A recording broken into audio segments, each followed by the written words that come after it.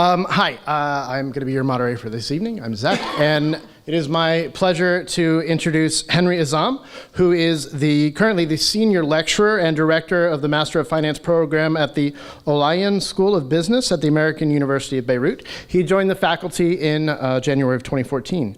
Prior to that, Henry Azzam was, until July 31st, 2012, Deutsche Bank's chairman for the MENA region, and from May 2007 until October 2010, he was Deutsche Bank's CEO for the MENA region, supervising a team of 250 employees operating the bank's branches in Dubai, Abu Dhabi, Riyadh, Doha, Bahrain, Cairo, and Algeria. Thank you very much.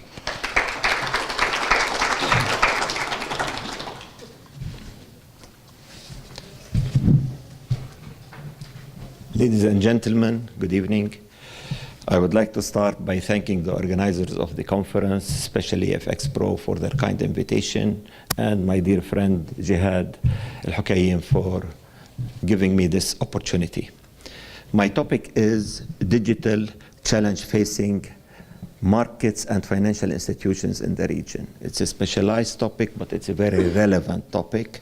I'll talk about three subjects. I'll talk about fintech, digitization, and the way they are disrupting banking activity. I'll talk a little bit about money, differentiating between private money and public money, government money. Then I will end up introducing the need. Why do we need a digital currency to go with the digital economy, and therefore a central bank digital currency? I'm not going to talk about the theme as such, investment opportunities, where do you would like to invest, where are the opportunities. We'd leave this to questions and answer.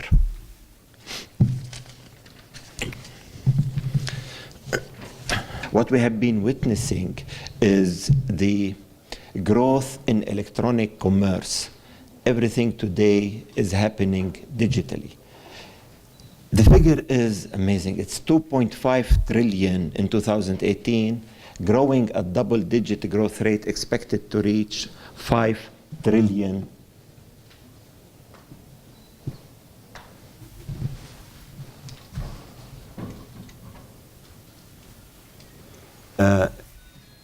Expected to reach 5 trillion in 2020. Digitization is changing the way we work, education, commerce, payments. The use of cash, believe it or not, has been on the decline, and it's expected to gradually disappear.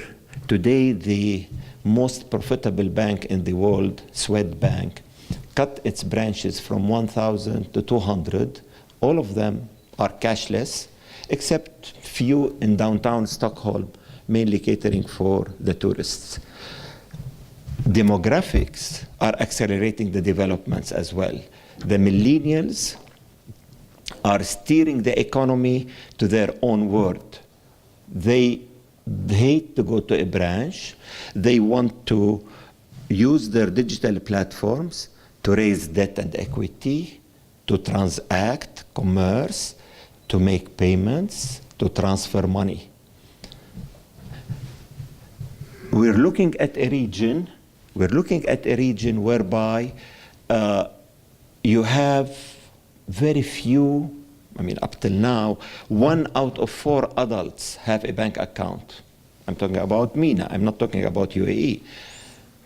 And 1 in 10 adults have a credit card. So it's underbanked.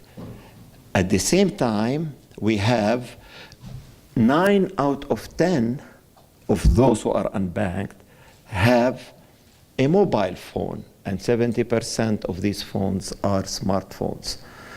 So there is risk and opportunity.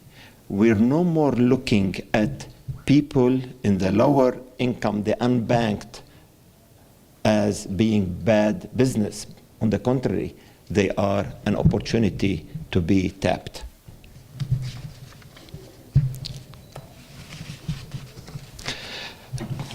The various fintech and digital services coming to the market, which are disrupting our world in finance, are, and we will talk briefly about each and every one of them,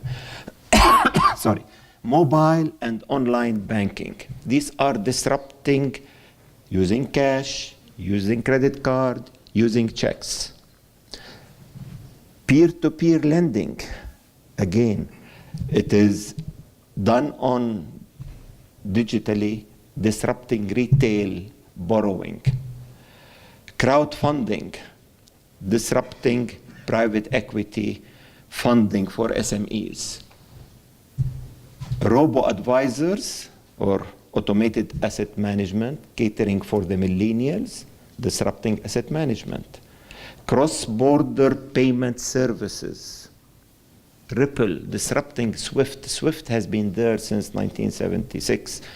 SWIFT is being disrupted today. And initial coin offerings, ICOs, disrupting funding of venture capital. Let's do it one by one, but very quickly because I have limited time. The borrowers, mainly the unbanked, they don't have a choice, can now go to a platform, be it students, be it retail. They can go to a platform and, we're in the mobile payment services. The mobile payment services are a disrupting payment, as I said. Instead of using checks or using cash or using credit cards, now people have their wallets on their mobile, transacting, making payments peer-to-peer to other people who have wallets. All are pre-funded and instantaneously cleared and settled. So it's amazing how we're using the pre-funded stored value platforms, facilities like Google, Apple Pay, Samsung, PayPal, etc., to transact. And this is becoming more and more important.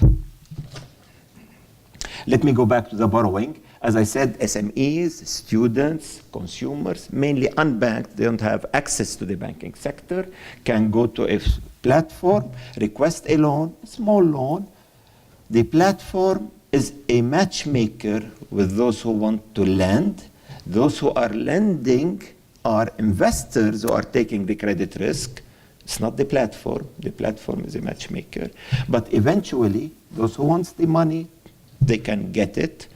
They don't need a collateral. They are not salaried people, so they don't need to assign their salaries, but still they can get some funding. The lenders are happy to do it because the return is good, but more important, they diversify risk by picking and choosing whom to lend or which sector to lend, and also through diversification. SMEs and startup companies can raise equity by going to platforms, crowdfunding platforms. We have in the UAE a very famous one called Eureka. In Lebanon, the first one was Zumal.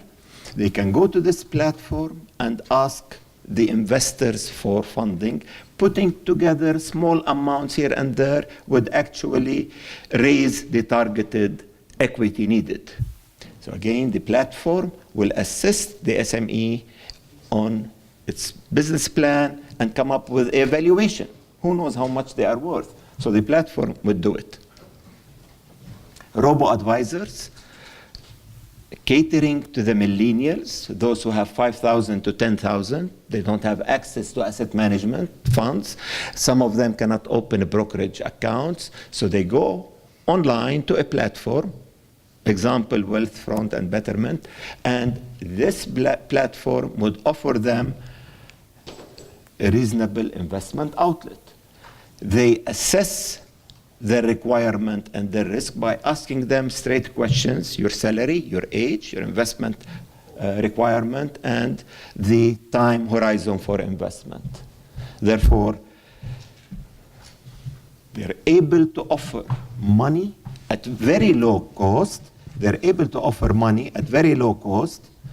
Put it here, please. They're able to at very low cost, 0.02% compared to what the asset managers take, 1 to 2%. initial coin offerings. I'm giving the best way to understand it is as follows. A startup airline company would sell airline miles to people before it's operational. People are willing to buy these miles, hoping for two things. When the company becomes operational, they could use the miles to buy tickets, and or preferably, as the company gets closer to being operational, the value of the ICOs they are holding, the initial coin offerings, will go up and they will make money.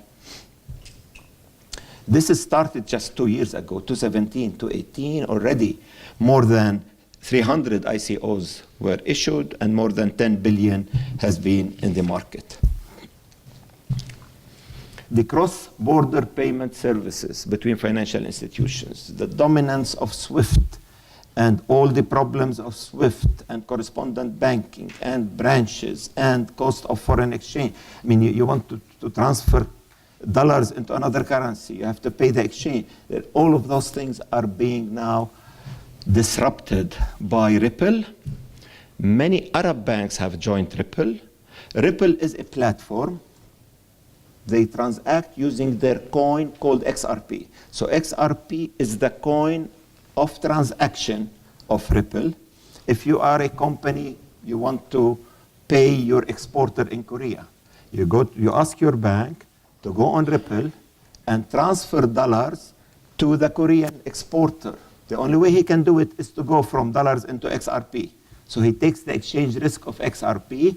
The money is instantaneously appears in the account of the bank of the exporter, converted from dollars, from XRP into Korean won.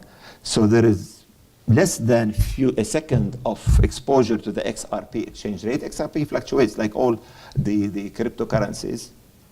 But the beauty, you can do it at a fraction of the cost, at a fraction of the time, and you don't need pre-funded accounts. I mean, you don't need to have correspondent pre-funded accounts, you don't need branches, you don't need banking, you don't need many of those things.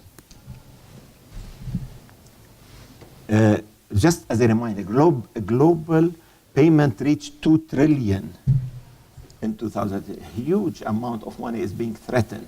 Citibank alone did 8 billion last year in revenue out of transferring money. Now, if all this is being disrupted or threatened by Ripple, it's going to leave an impact on many financial institutions. Second part, we all know what's money, but remember, there is government money, public money, and private money. And the government money is a small percentage. What's government money? Cash and reserves at the central bank for commercial banks. But cash, and this is a very small percentage of the money supply. In Sweden, where cash is very small, it's less than 1% of the money supply. In developing countries, it's a higher percentage, but the bulk is not government body. The bulk is private money, money that we deposit with the banks for transactionary purposes, demand deposit, and saving deposits, but not time deposit. This is the money counted by which we transact. During the financial crisis, many banks came under. They had to be supported by the respective governments. So people lost confidence in the banks. People lost confidence in the private money. People lost confidence in the big chunk of what constitute money supply. What are the 3 characteristics of money? Unit of account. Everything should be measured, denominated by it, like we have the UAE dirham here. It should be a means of payment, medium of exchange. People should use it, sell goods and services, and the store of value. If you keep your money in UAE dirham for a while, it will not be eaten up by inflation. It is not like in other assets where it goes up and down 20% even on a daily basis. So it is a store of value. Now, who creates money? It's not the central bank. It's not by printing cash, even if they print cash, it's a small percentage. We create money through lending. When I borrow money from a bank, I use it to make payments. It ends up with another person who takes it to his own bank. His bank takes a percentage, and the balance is deposited in another bank, and a multiplier effect in the system. So the government is not the one who is generating the huge money supply. It is the banks.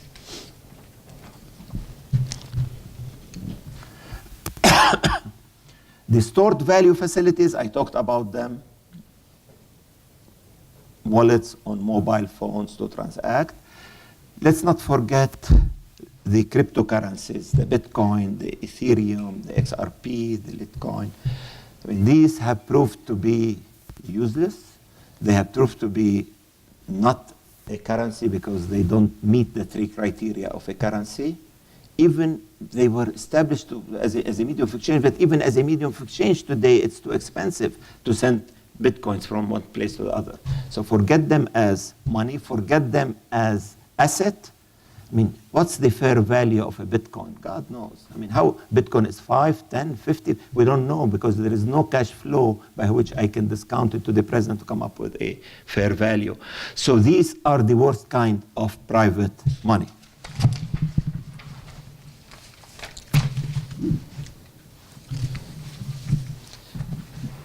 I want to remind you briefly of the advantages and drawbacks of cash and of money with the banks, because I'm building a case for a central bank digital currency. Cash is a government, fiat money. Beautiful, one advantage. It is decentralized. From peer to peer, you don't have to have intermediaries. Because if you have intermediaries, you're taking the credit risk of these intermediaries. So it is peer to peer. Immediate settlement. I give you money, you take it, that's it, it's settled. It provides anonymity. It's so important. The advantage of cryptocurrency is anonymity. It provides anonymity. Nobody could put restrictions. And allows participants, and this is terrible, allows participants to avoid customer profiling. You know what's happening with customers today? Any service you get for free, whether Google search, whether an email, you are not the customer. You are simply the product, because they use and abuse your data to sell it to commercial people. So in cash, you don't have customer profiling. The drawback of cash, it is a high transaction cost. You need to meet in person to transact. It is not safe because you're vulnerable to theft. There is no return on cash. You don't get interest. And it is useless in the world. We're heading towards a digital world. You cannot use cash in the digital world. And of course, it facilitates illicit practices, tax evasion, and what have you. Look at commercial bank. It offers average value, because commercial banks is, on the positive side, it provides security from theft. It provides interest rate on the deposits, which is positive. It gives you banking services associated with that, loans and what have you. But on the negative side, it's private money. We don't trust, after the financial crisis, people don't trust private institutions, and it is cumbersome to interact. There are limits on scalability. There are limits on how much you can spend in your credit amount, and there is a high transaction cost. The worst one is cryptocurrencies. As I said, it is neither a currency nor an asset. So, as we head into, as commerce and financial services, payments become more digital, it is only logical to have a digital currency. But to have a digital currency, people want a government currency. They don't want the banks, they don't want the cryptocurrencies, the bitcoins. So the case is made here for a central bank digital currency. The central bank digital currency would enable the public to hold, to interact digitally, but also through government. Remember, the Bank of England is working on a sterling central bank digital currency. China completed a prototype. The central bank governor of Lebanon always mentions cryptocurrency, always in every speech. I am working with a group of technicians to advise Kuwait on a cryptocurrency. So digital currency, I mean. All the countries of the region are actually considering introducing central bank digital currency. The UAE and Saudi Arabia are talking about a digital currency whereby it would facilitate the transaction between their currencies. What do we expect? CBDC will coexist with the other two forms of currencies. It has the same value. $100 cash, it's like $100 deposits, it's like $100 CBDC. The form will change, but the amount will not. Would it undermine banking? Definitely. And it will undermine it in different ways. These are the four functions of banking. Value storage, deposit taking and custody services, it will be disrupted. Value transfer, payments, foreign exchange, correspondent banking, it will be disrupted. To a lesser extent, value provision and value protection will not. The emphasis of banks will have to shift from payment agents to becoming provider of services, financial services, and managing funds. What's the advantages? Digital transactions have a trail that makes it harder to do business informally. You can trace the movement. So you can stop anti-money laundering. You can stop all these illicit practices. KYC at the origin. Everybody wants to open an account at central bank or a wallet at central bank. He has to go through clearance. But once he is cleared, every transaction is there on a blockchain. Nobody can alter it. You can follow up on that. The way they do it, you open an account at the central bank.